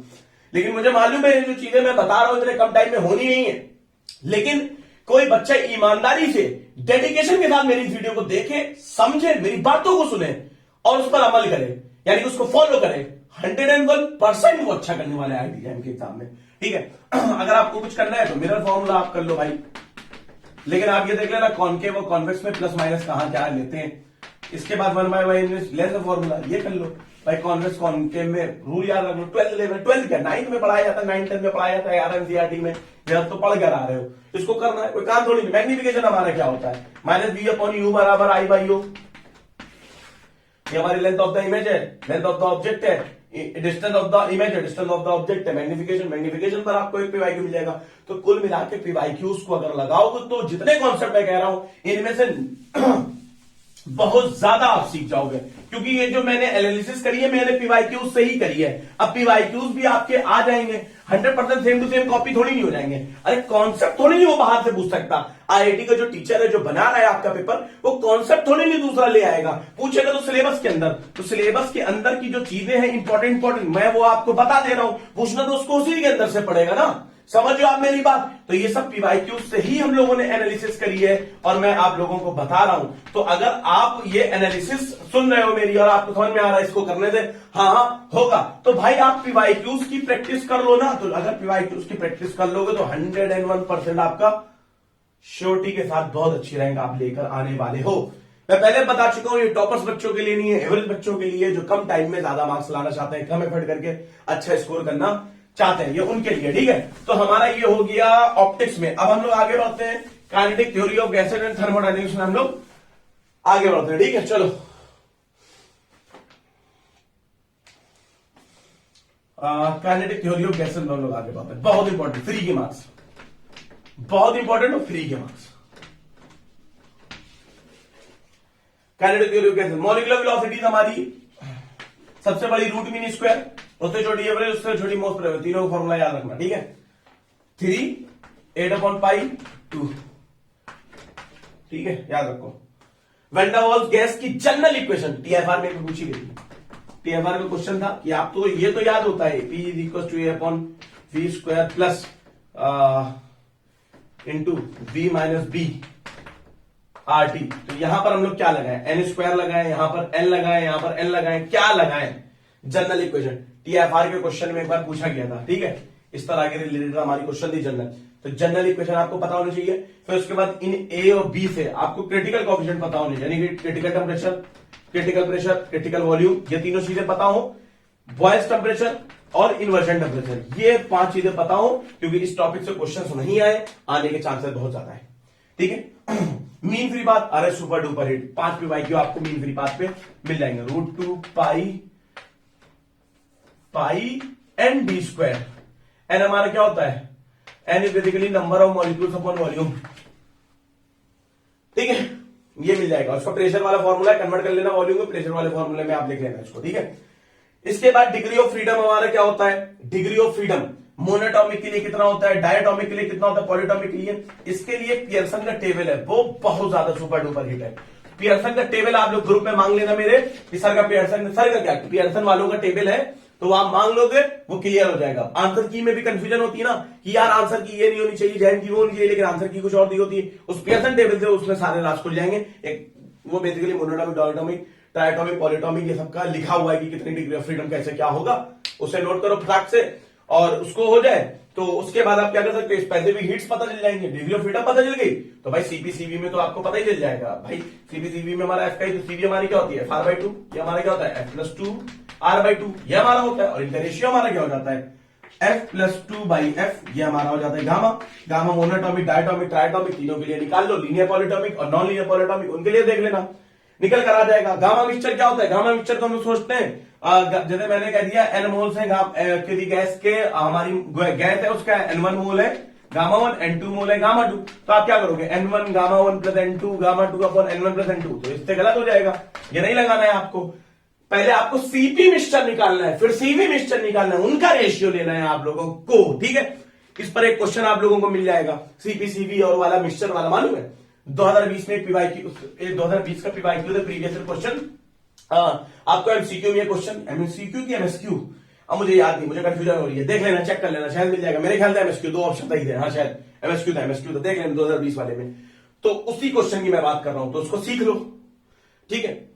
तो 2021 से स्टार्ट करो, 21, 20, 19 ऐसे पीछे जाओगे तो ज्यादा चीजें कवर होंगी, लेटेस्ट पे आप रहोगे कि अभी क्या पूछा जा रहा है, अभी क्या क्या सीन है, पहले क्या पूछा जा रहा था 10 साल पहले, वो जमाना बदल जाता है, ठीक है, टाइम बदल जाता है।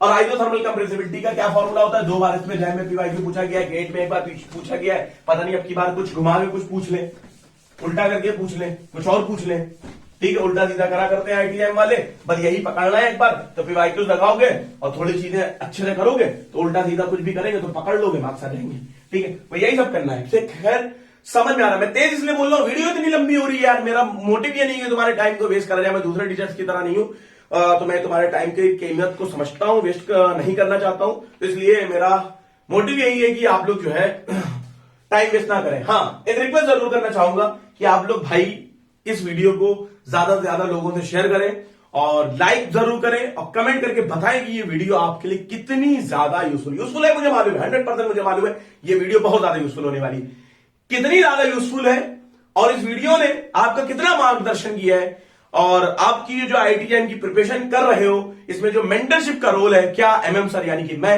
अदा कर रहा हूं कि नहीं।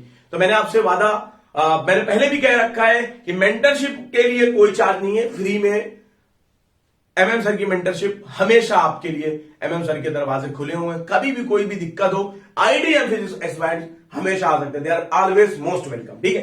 हाँ, टाइम नहीं होगा, मैं लेट रिप्लाई कर सकता हूं, लेकिन मैं आप लोगों को क्वेरीज को रिप्लाई जरूर करता हूं, तभी तो मैं मोबाइल नंबर दे देता हूं कि आप मुझको वहां पर व्हाट्सएप पे करके पूछो। बच्चे कॉल करते हैं तो उठाना थोड़ा मुश्किल हो जाता है, कभी कभी उठा लेता, कभी कभी नहीं उठा पाता, क्लासेस हो रही, कहीं कुछ है, कॉलेज में लेक्चर लेना है, पढ़ाना भी है कोचिंग इंस्टीट्यूट में आईटीएम फिजिक्स वगैरह, तो थोड़ी सी वो होती है, ठीक है।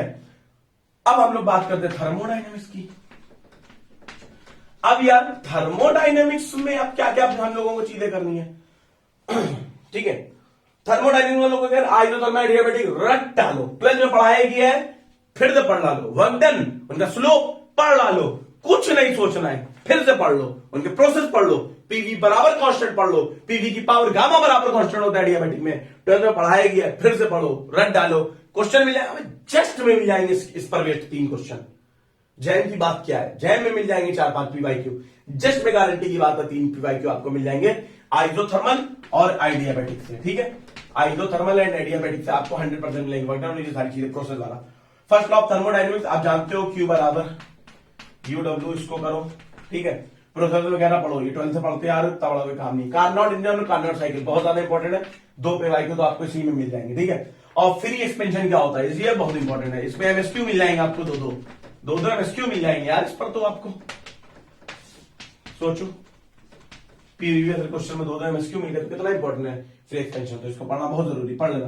क्लॉजेस क्लैपेरॉन इक्वेशन पढ़ लो, लेटेंट हीट का कॉन्सेप्ट होता है, वही टीचर आपको 12th का बताता था कि पानी खोलता हुआ 100 डिग्री का पानी गर्म ज्यादा आपको डैमेज करेगा, यानी खाल जलाएगा, या फिर 100 डिग्री सेल्सियस की स्टीम क्योंकि स्टीम में 540 कैलोरी हमारे पास एक्स्ट्रा वो होती है, latent heat of vaporisation, right सी बात है, वही करना है, ठीक है। उसी की क्वेश्चन होती है कि हमारा कैसे क्या प्रेशर और कितना हमारा वॉल्यूम में चेंज आ रहा है, क्या हो रहा है, वो सारी चीजें उसी क्लॉजेस क्लैपेरॉन इक्वेशन होते हैं, समझो।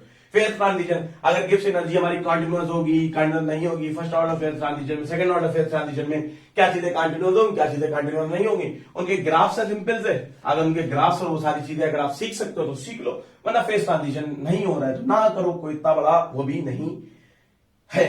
मैक्सवेल रिलेशन रट डालो, उसमें तो कोई सुनवाई नहीं, मैक्सवेल रिलेशन रट डालो, क्वेश्चन मिल जाएगा, पीवाईक्यू मिल जाएगा, वरना कोई उसका क्वेश्चन बना के हो सकता है मिल जाए, आ सकते हैं, चांसेस बहुत ज्यादा है। Maxwell Boltzmann Fermi Dirac both Einstein statistics को पढ़ लो।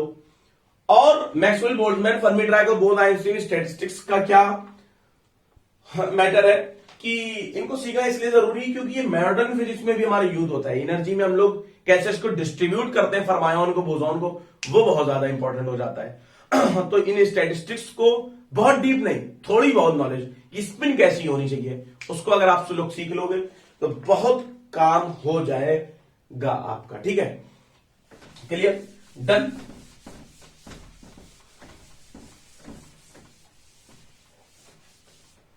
ठीक है, इस टाइम बज रहे हैं रात के 3 और मुझे आ रही है नींद, बज रहे हैं 3, मुझे आ रही है नींद, बट मैं आप लोगों के लिए कर रहा हूं, तो कीप सपोर्टिंग यार, सपोर्ट की जरूरत है। अब देखो मॉडर्न फिजिक्स में आपको क्या करना है, स्पेशल थ्योरी ऑफ रिलेटिविटी करनी है, तभी तो शांति मिलती है। क्या करें, मजबूरी में करना पड़ता है रात में, और दिन में पढ़ाओ, क्लासेस, कॉलेज, ये वो, क्या करूं यार।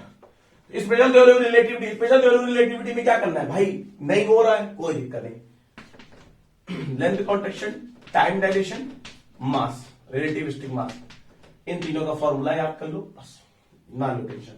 वेलोसिटी एडिशन थ्योरम कैसे लगती है, मैंने जो यूट्यूब की लिस्ट का लिंक नहीं दिया है इस पीडीएफ में, वो आपको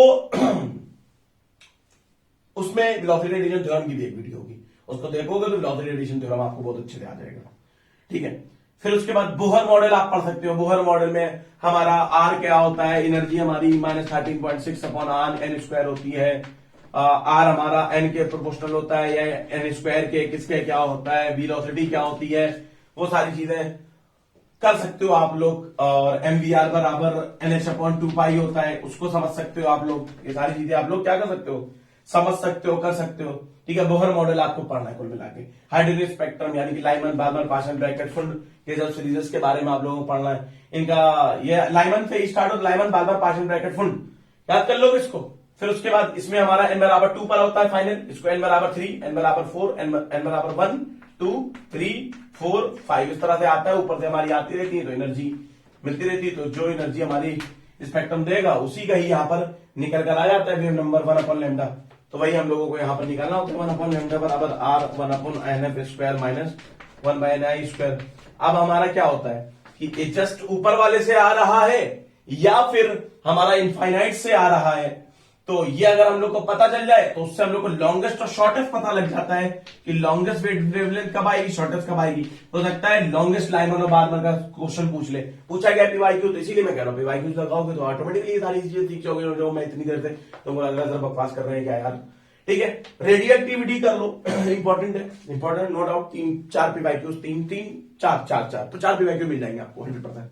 TFR इस बार आया 2022 में, आता है, हर जगह आता है, तो उसको कर सकते हो। और न्यूक्लियर प्रॉपर्टी, न्यूक्लियस की क्या प्रॉपर्टीज होती हैं, न्यूक्लियस के अंदर डिस्ट्रीब्यूशन कैसा होता है, चार्जेस का क्या होता है, उस पर फोर्सेस कैसे होते हैं, शॉर्ट रेंज या लॉन्ग रेंज, ये सारी चीजें न्यूक्लियस की प्रॉपर्टीज है वो कर सकते हो। एटॉमिक रेडियस हमारी क्या होती है, एटॉमिक रेडियस हमारी R is equal to R naught A की पावर 1/3 पर डिपेंड करती है। इस पर एक भी पीवाईक्यू पूछा गया था, सिंपल सा छोटे छोटे सवाल है, इनको करते जाओ, बहुत सारी चीजें क्लियर होती जाएंगी। ब्लैक बॉडी रेडिएशन आप पढ़ सकते हो कि व्हील्स डिस्प्लेसमेंट लॉ पढ़ सकते हो, लैम्डा mt बराबर कांस्टेंट, इसको कर सकते हो। प्लांक्स रेडिएशन लॉ अगर पढ़ सकते हो तो पढ़ लो। बाकी फोटोइलेक्ट्रिक इफेक्ट, काउंटर, ऐसा लग रहा है हमने ये फोटोइलेक्ट्रिक इफेक्ट और काउंटर इफेक्ट तो जोड़ी बना के चलते हैं, एक साल फोटोइलेक्ट्रिक एक साल काउंटर, एक साल फोटोइलेक्ट्रिक एक साल काउंटर, मूड हुआ तो दो बार फोटोइलेक्ट्रिक काउंटर दोनों। पता नहीं कैसे क्वेश्चन पेपर बन रहा है, हर साल एक के बाद एक क्वेश्चन दोनों का आ रहा है, तो बहुत ज्यादा इंपॉर्टेंट है। तो मॉडर्न फिजिक्स में कुछ टॉपिक हमारे ऐसे जो बहुत ज्यादा स्कोरिंग है, जिनको हम ध्यान नहीं देते। मॉडर्न फिजिक्स हम समझते हैं quantum mechanics, modern physics not quantum mechanics यार, क्वांटम मैकेनिक्स अलग होती है, उसमें बहुत सारे अलग सी चीजें होती हैं, उनको करो। ग्रुप वेलोसिटी और फेज वेलोसिटी आप कर सकते हो, Vg इंटू Vp बराबर C स्क्वायर ले, ग्रुप वेलोसिटी और फेज वेलोसिटी के 3 पीवाईक्यू हो जाएंगे इस फॉर्मूले से।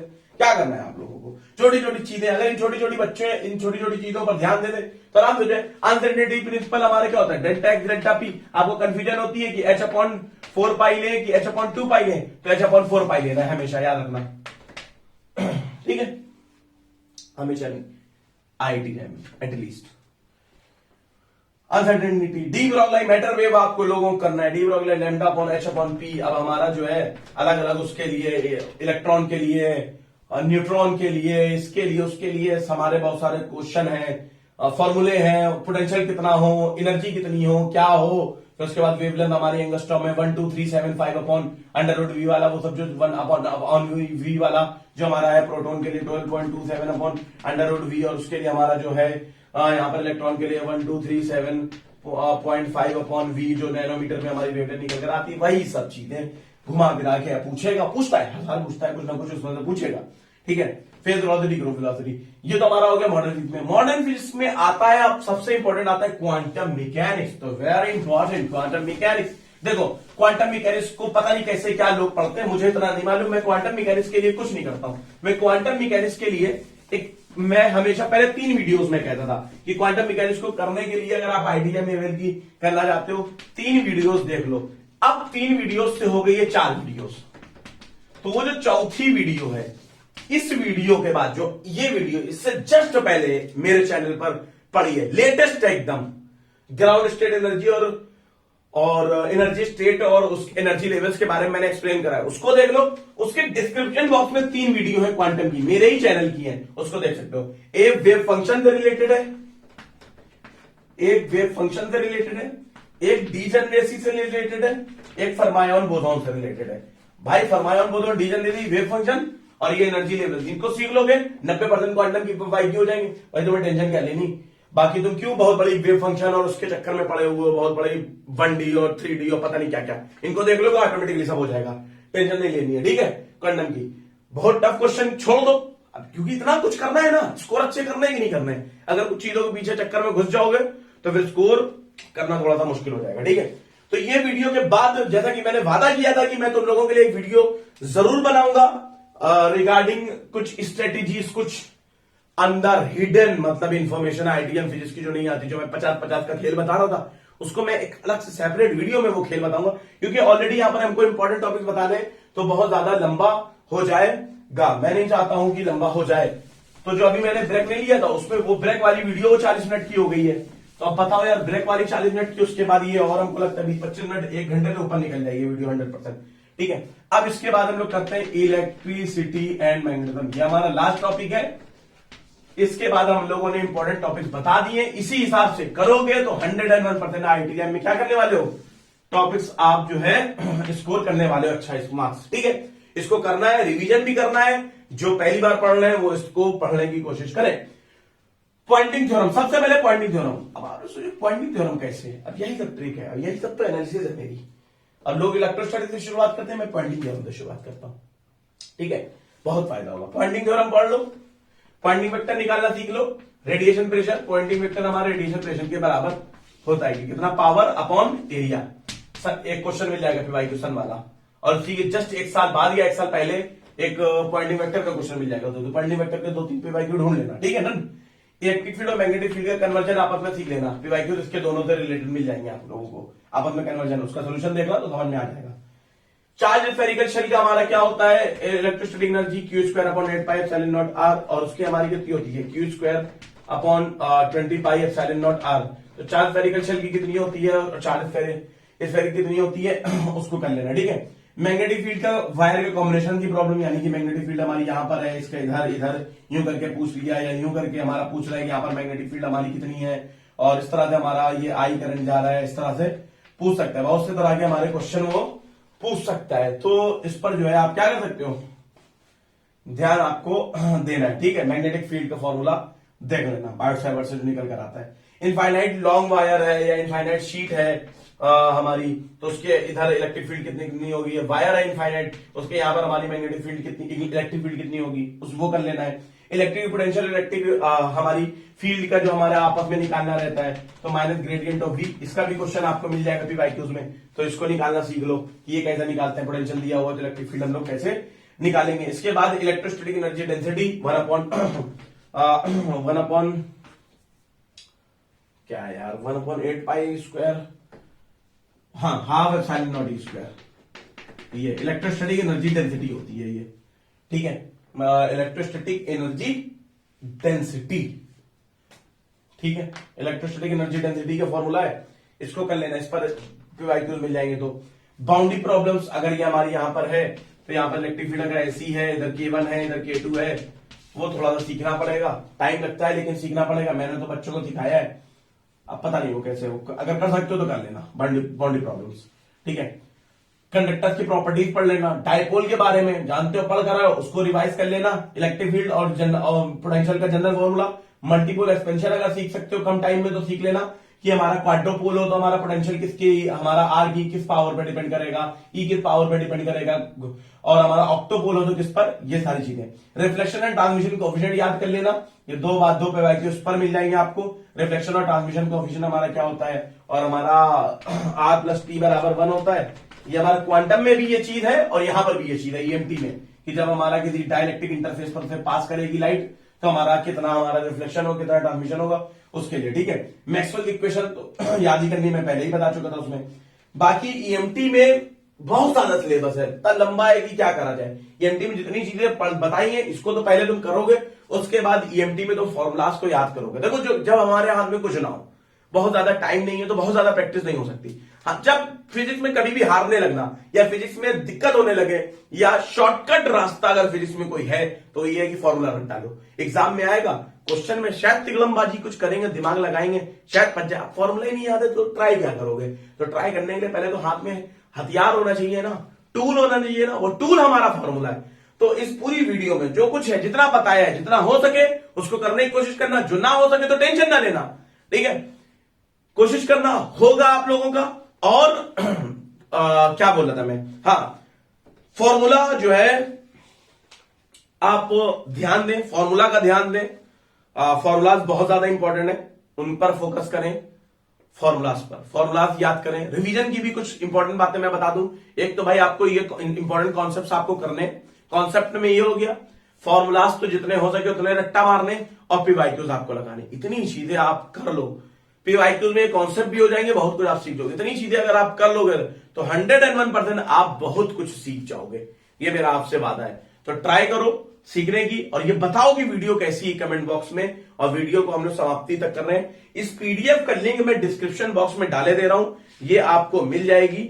और बड़ी इंपॉर्टेंट और बड़ी जबरदस्त तरीके की हमारी वीडियो है, सॉरी पीडीएफ है, और ये पूरी पीडीएफ आपको मिल जाएगी। तो जो कुछ भी मैंने बताया, एक्सप्लेन करा है, ये सब आपको यहां पर मिल जाएगा। इंपॉर्टेंट वीडियोस भी मैंने इसमें दे रखी है इस पीडीएफ में। और इसके साथ साथ कुछ हम लोग जो है, अगर आप कुछ इंपॉर्टेंट कॉन्सेप्ट सीखना चाहते हो फ्री में तो बताना, मैं आपको रास्ता बताऊंगा कि आप कैसे उनको सीख सकते हो। मुझको टेलीग्राम में या व्हाट्सएप में मैसेज करना, तो मैं आप लोगों को बताऊंगा, ठीक है। मैं उम्मीद करता हूं ये वीडियो बहुत यूजफुल आप लोगों को लगी, और यकीन जानिए ये वीडियो आईआईटी जैम फिजिक्स में एक भूचाल लाने वाली है, क्रांति लाने वाली है। बहुत ही तहलकेदार ये वीडियो होने वाली है। अब क्योंकि आईआईटी जैम फिजिक्स हमारा इतना बड़ा एग्जाम नहीं है, जेईई नहीं जैसे एग्जाम होता है, तो मैं भी बड़ा खूबसूरत था, खतरनाक टाइप के एकदम आग टाइप लगा के थंबनेल बनाता। तो भाई साहब मैंने ऐसा कोई थंबनेल नहीं बनाया, क्योंकि सारे काम मुझे ही करने पड़ते हैं, एडिटिंग से लेकर, रिकॉर्डिंग से लेकर, कंटेंट से लेकर, फिजिक्स से लेकर, थंबनेल से लेकर, अपलोड करने से लेकर, शेयर करने से लेकर, टेलीग्राम तक, पीडीएफ तक, everything one man, as a one man army मैं अकेले कर रहा हूं। बस आप लोगों को सपोर्ट की वजह से मैं यहां तक पहुंच पाया हूं, और आप लोग का अगर काइंडनेस सपोर्ट रहा तो बहुत कुछ हम लोग करते रहेंगे धमाकेदार स्टाइल में। और आईआईटी फिजिक्स की जो प्रिपरेशन का तरीका है वो इस वीडियो के बाद से अब बदलने वाला है। ये वीडियो सिर्फ और सिर्फ क्योंकि मैंने अभी जैम 2022 वाले बच्चों के मद्देनजर रखी है। 2 साल बाद, 4 साल बाद, 5 साल बाद की वीडियो हमेशा आईआईटी फिजिक्स पेरेंट्स को हर वक्त हेल्प करती रहेगी। अगर वो इस वीडियो को देखते रहेंगे तो आईआईटी फिजिक्स को क्रैक करना उनके लिए बहुत आसान हो जाएगा। ये कोई शॉर्टकट नहीं है। हो सकता है किसी को टाइटल से या ऐसा शॉर्टकट लगे, ये कोई शॉर्टकट नहीं है, लॉन्ग कट ही है, लेकिन स्मार्ट वे है। एग्जाम में क्या पढ़ना है, सब कुछ नहीं पढ़ना, सिलेबस का पढ़ना है, और पूरा सिलेबस नहीं पढ़ना, काम की चीजें पढ़नी है। इसी को स्मार्ट स्टडी कहते हैं। ये जो बच्चा कर लेता है वो एग्जाम को क्वालिफाई कर ले जाता है। भाई सिलेबस बहुत ज्यादा होता है। यूपीएससी जो क्रैक करते हैं वो क्या कहते हैं, उन्होंने किताब का हर कोना पढ़ा, स्मार्ट स्टडी करी, ठीक है। तो स्मार्ट स्टडी करोगे तो इजिली से आप क्रैक कर सकते हो IIT jam with good rank. At least आपको एक अच्छे इंस्टीट्यूट में एडमिशन मिल सकता है। मेरी शुभकामनाएं आपके साथ हैं, इसको फॉलो करें, कमेंट करके इस टेक्निक को फॉलो करें, कमेंट करके जरूर बता दें कि आपको ये वीडियो कैसी लगी। All the best for the IIT jam examination, अच्छे से दो और कमेंट करके जरूर बताओ कि आपको कैसा लगा। मैं उम्मीद करता हूं कि इस वीडियो को देखने के बाद आप इसको फॉलो करोगे और आईआईटीएम में अच्छे मार्क्स लाओगे और आईआईटीएम क्वालिफाई करोगे और एक अच्छा इंस्टीट्यूट आपको मिलेगा। ठीक है, तब तक के लिए bye everyone, take care, thank you, जय फिजिक्स।